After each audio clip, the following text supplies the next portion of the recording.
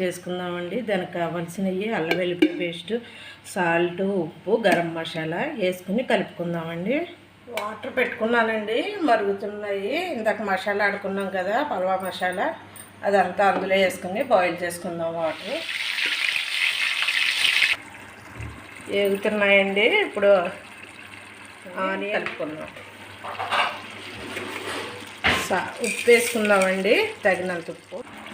వేగిపోయిందండి. ఇప్పుడు రైస్ వేసుకుని వేసుకుందామండి. కడిగి పెట్టుకున్నాను రైసు బాగా మసాలాలన్నీ పట్టేదాకా వేపుకుందామండి, అడుగంటేదాకా. అప్పుడు వాటర్ పోసి వేగిపోయినాయండి బియ్యం. వాటర్ ఇలా పెట్టుకున్నాను కదా, బాయిల్ చేసుకుని అవి పోసేసుకుందాం.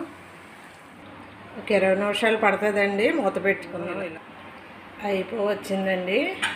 ఒకసారి కొత్తిమీర వేసాను, కలుపుకుని 5 నిమిషాలు దమ్ పెట్టుకున్నాను.